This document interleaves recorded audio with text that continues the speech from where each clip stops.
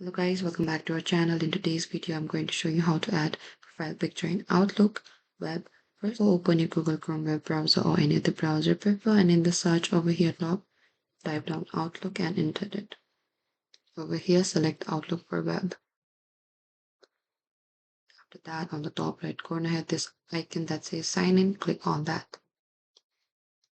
When you reach to the Microsoft Outlook, what you have to do is in the top right corner again, there's your profile icon. Click on that, go to my profile.